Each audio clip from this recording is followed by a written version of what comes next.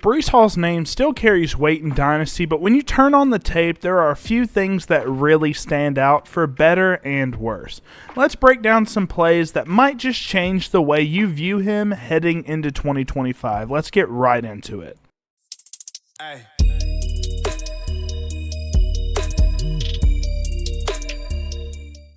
Alright guys, before we get into this first clip for Breece Hall, I wanted to give you guys a brief overview of him as a player if you weren't super familiar with him. So he was a 2022 draftee, he was an early second round pick by the Jets, and coming out of Iowa State, he was 5'11", 217 pounds, and had some incredible athletic scores. So he ran a 4.39 40-yard dash, which was incredible for his size. Speed score was in the 98th percentile, which is height and weight adjusted. And he was in the 94th percentile in terms of his burst score. Crazy numbers there. But unfortunately, he's had some issues with injuries. He's had a big-time knee injury and ACL injury, unfortunately, and it looks like it's really zapped some of that explosiveness. I saw that all over the film.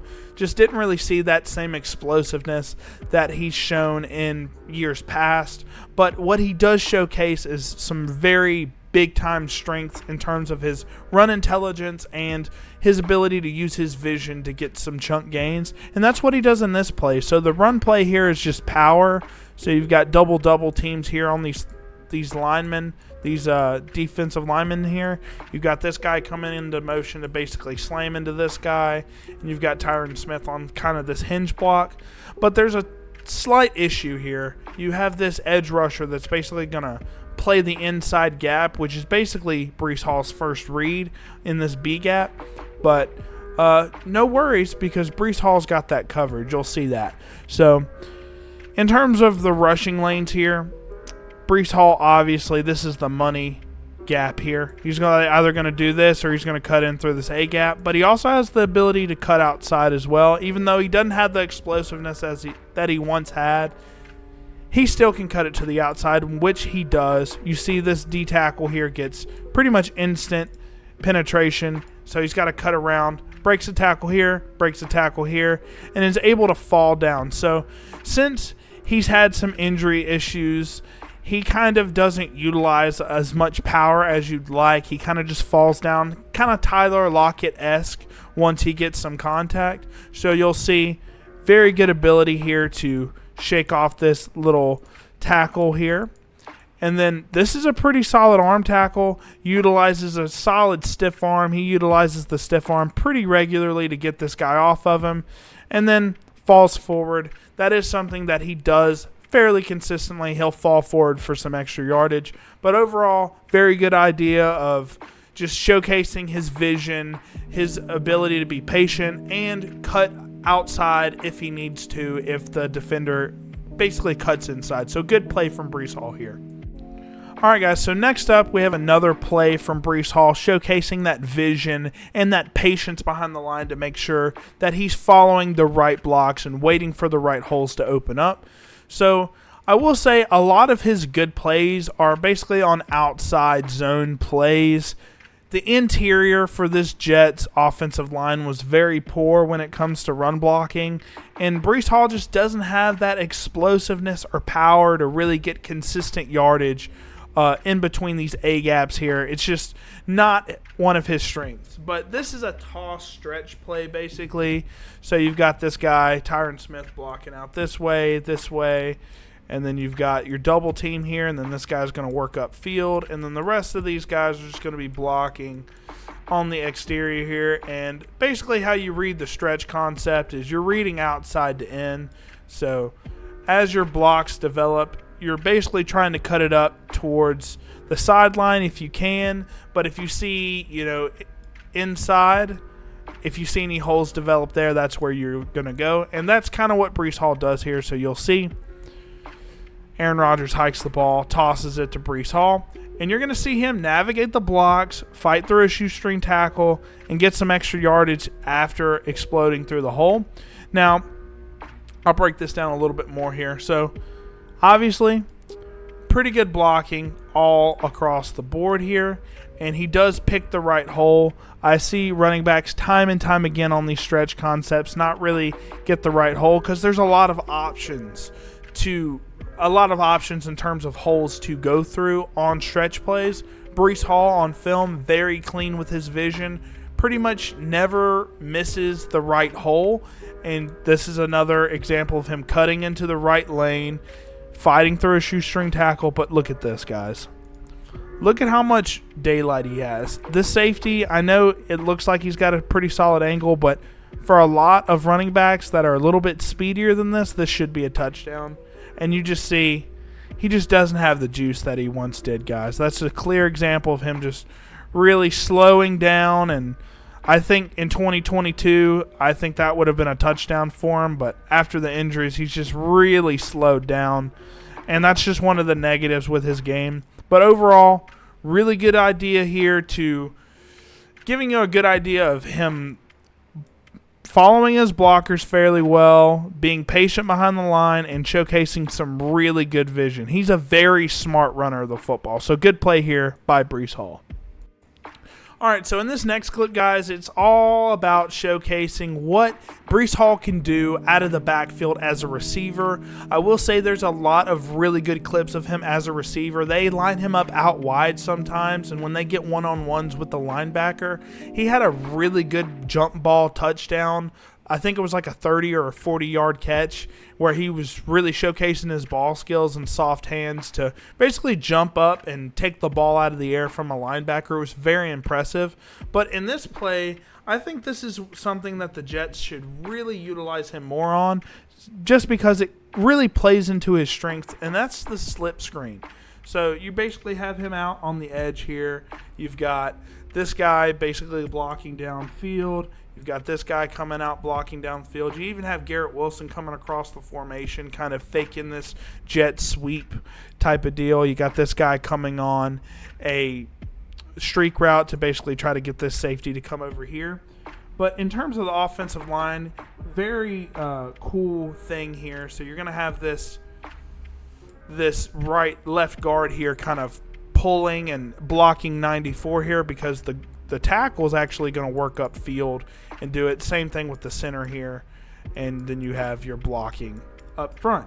But overall, very good blocking scheme. And you'll see that the blocks really kind of hold up for him as well. With that vision and with that patience, you need both of those things absolutely to make a slip screen work, or just a screen in general, because you do have to follow your blocks. So you'll see he'll hike the ball, fake the jet sweep to Garrett Wilson, and then he throws it out to the backfield to Breece Hall. And you'll see decent blocking from these linemen and tight ends here.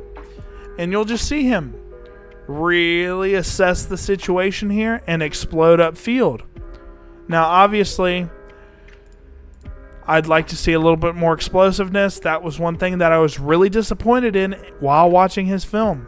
But I think if he's able to just explode through this hole instead of cutting back like he did, I don't think that really made a lot of sense. But maybe he saw something, right? I'm not sure. But, you know, the burst was kind of there in this play, right? He kind of showcased some decent speed, nothing crazy, but definitely is a weapon out of the backfield as a receiver. And, you know, Justin Fields doesn't really throw to his backs all that much, but if they incorporate him into the passing game, I still think he'll be somewhat dynasty relevant. All right, guys, so here's the first bad play that I picked out for Breece Hall. So, unfortunately, this is a pretty well-executed play. You know, he hits the right hole, he gets through the right gap, and showcases some solid burst. And then he ends up trying to truck a defender, and he doesn't have a really great grasp on the ball, and he ends up fumbling it, and the Seattle Seahawks pick it up. So, very unfortunate play here. But in terms of the design here, it's basically a counter. So I'll explain what counter is. So basically you got all of your guys working towards the right side of the field, and then you'll have a pulling guard here working this side of the field, and it's all about some misdirection. So they're going to act like they're running to the left side of the field. That's going to pull these guys to go over here, and then they're going to come back this way. So it's basically like a misdirection type play, and it ends up working relatively well, you'll see. So you have Aaron Rodgers hiking the ball, the guard pulls, and you see a pretty solid gap here that he's going to be able to go through. So very well executed play here. And you see Breece Hall fights through that shoestring tackle, basically, which he's very good at doing. He has some solid contact balance, right? And you see him get his pad level down like he should. And he tries to truck number 20. He gets lower than him. And you can see the ball already starting to come out. So unfortunate here. I'd much rather him have both hands on the football, so this wouldn't have happened. But, you know, he's definitely going to have to clean that up. I think he had 5 fumbles on the year last year. I looked at all of them. You know, one of them was him just running out of bounds, which I don't really count.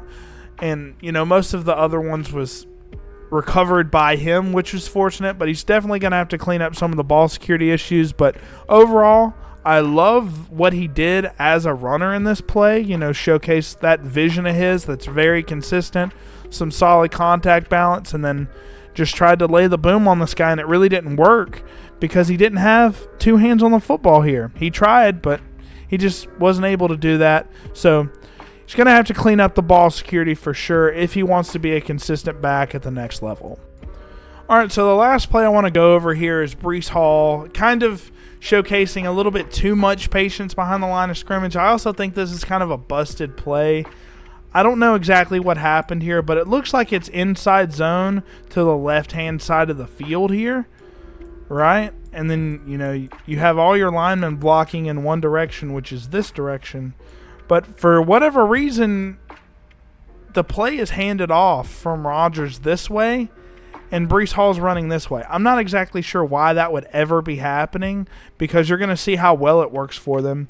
But I think this was either miscommunicated or I don't know exactly what happened, but we'll get into what Breece Hall ends up doing, which I don't think you should ever do, especially if you're not super explosive like he is. So you'll see he cuts fairly well, and then he just stops. I mean, you can't just stop behind the line of scrimmage. Thankfully, he makes it a no gain instead of a loss, but there's no situation here where you can take the handoff. Obviously, you see a relatively decent hole right here. I guess you're trying to work one of these gaps. I'm not sure what this play concept would be. It's not a very good play concept in my opinion, but what do I know? So you'll see him kind of cut back, and you see 3 guys here. You can't just stop. I mean, at the very worst, just run at them and try to get some extra yardage. Unfortunately, he's not the most powerful runner, but he tries to cut back and get some yardage, but he's just unable to. But overall, pretty busted play and pretty poor reads from Breece Hall because, you know, I would have much rather him cut to the left side of the field. I think he could have done that. And, you know, definitely you can't stop behind the line of scrimmage like he did. He's not explosive enough to do something like that. But overall, poor play from the Jets all around here. There's no denying Breece Hall is a smart, patient runner with elite vision and some strong receiving chops, but the burst and top-end speed just aren't what they used to be, and it shows on film, unfortunately. That fumble, the hesitation behind the line, and the lack of explosion raise real questions. Is Breece still a top-tier Dynasty running back, or is his value propped up more by his name than juice at this point? Let me know your take in the comments and hop into the Bobby's Big Board Discord to talk Dynasty backs all offseason. Thank you guys as always for watching, and I'll catch you guys in the next one. Hey.